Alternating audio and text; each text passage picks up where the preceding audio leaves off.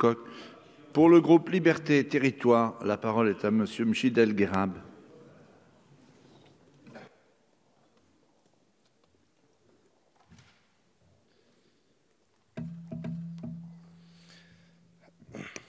Monsieur le Président, Madame la Secrétaire d'État, Monsieur le Président de la Commission des Finances, Monsieur le Rapporteur général, mes chers collègues, repolitisons le débat européen pour remédier au déficit de proximité de l'Union européenne. Tel est le mot d'ordre régulièrement lancé par le philosophe allemand Jürgen Habermas. À cet égard, le budget est la décision politique par excellence. Il s'agit d'un moment fondateur de toute démocratie, et cela tant pour l'exécutif et ses soutiens que pour ses adversaires. Discuter le budget, et plus spécialement la contribution de notre pays à l'Union européenne, c'est discuter de notre projet pour l'Europe et de notre ambition pour l'avenir. L'article 37 du projet de loi de finances pour 2019 évalue à 21,5 milliards d'euros le montant du prélèvement effectué sur les recettes de l'État au profit du budget de l'Union européenne. Il s'agit de l'un des montants les plus élevés du projet de loi de finances. Dans une très large mesure, le budget de l'Union pour 2019 se situe dans la continuité du précédent, ce qui tient au cadre financier pluriannuel de 2014-2020. Malgré les contributions nationales qui ne cessent d'augmenter, l'Union semble aujourd'hui en difficulté pour relever les défis aussi inédits que colossaux qui l'attendent, tels que le défi de l'investissement, le défi de l'innovation, le défi de la compétitivité face aux autres ensembles régionaux qui se structurent, le défi de l'environnement international avec la lutte contre le terrorisme, le défi de la révolution numérique qui bouleverse tout, le défi du changement climatique ou encore, comme nous l'avons vu récemment, le défi des migrations. La paralysie de l'Union européenne face aux mutations économiques, politiques et sociales auxquelles nous sommes confrontés ne fait qu'accentuer le scepticisme des peuples européens à l'égard des institutions européennes. Comment un simple bateau à la dérive, naviguant avec une dizaine de migrants, peut-il avoir provoqué un tel cataclysme politique, faisant trembler les murs de cette vieille bâtisse commune? Ce scepticisme s'exprime à chaque élection qui émaille la vie politique de nos pays. Songeons à cet égard à l'Autriche, à la Hongrie ou encore à l'Italie. Il est clair que le Brexit constitue un autre facteur de trouble en lui-même et à cause de l'absence de consensus britannique. Faute d'avoir conclu un accord de retrait, le Royaume-Uni devrait contribuer cette année à hauteur de 12 à 14 milliards d'euros. Si tel n'est pas le cas, alors les autres pays membres devront prendre le relais en compensant l'absence de contribution.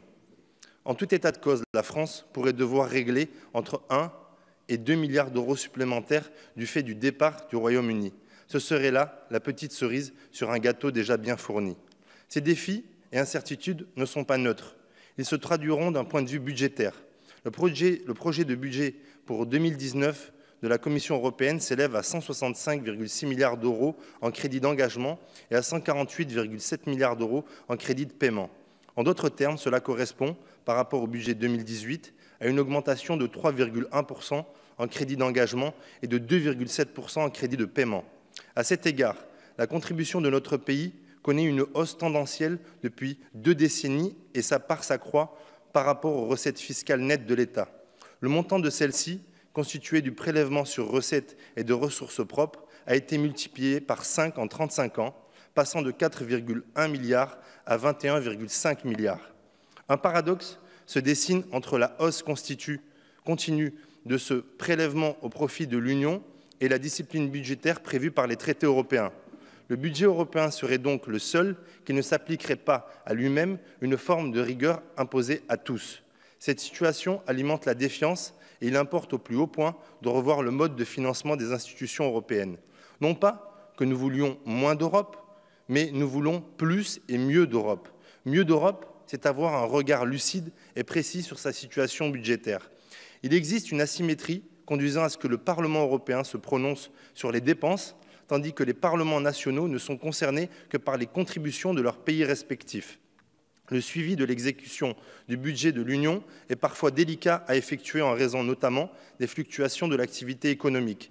De nouveaux outils sont donc à mettre au point.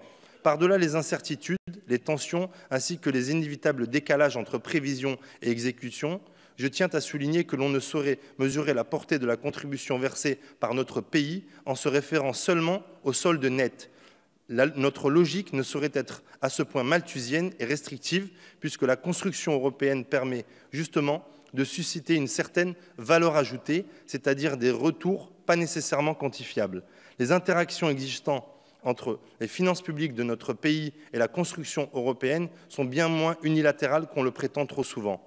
Ainsi, la Cour des comptes européenne recommande-t-elle de prendre en considération certains critères constitutifs de cette valeur ajoutée, comme la réalisation des objectifs des traités, l'instauration de biens publics européens, la génération d'économies d'échelle et d'effets d'entraînement, le respect du principe de subsidiarité et la concrétisation des valeurs de l'Union. À l'heure où vient d'être esquissée la proposition de cadre financier pluriannuel 2021-2027, il importe de songer à une profonde réforme des mécanismes qui y président.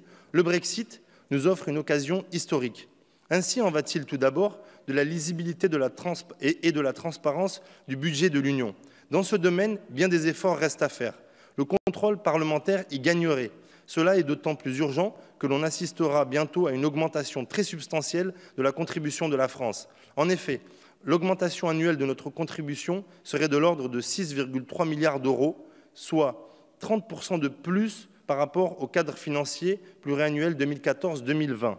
Cette hausse ne saurait être unilatéralement supportée par notre pays. Elle doit être conditionnée à la suppression des rabais, notamment originellement voulus par le Royaume-Uni. Certes, la Commission suggère qu'elle soit progressive et qu'elle s'effectue en 5 ans, mais elle nous semble devoir être bien plus rapide, la France étant l'un des contributeurs les plus importants. Comme d'autres, notre pays a sollicité un rabais en 2012. Le système est devenu notamment complexe, illisible et inéquitable. Là encore, une réforme s'impose donc à brève échéance. La refonte du système des ressources propres est également souhaitable. Elle stagne à de trop faibles proportions dans le budget global de l'Union. Celle-ci est exagérément dépendante des finances des États membres. À mon sens, il est indispensable d'introduire un impôt européen sur la base d'un taux de TVA, unique impôt dont l'assiette aujourd'hui est harmonisée. Il s'agit de construire effectivement une harmonisation fiscale.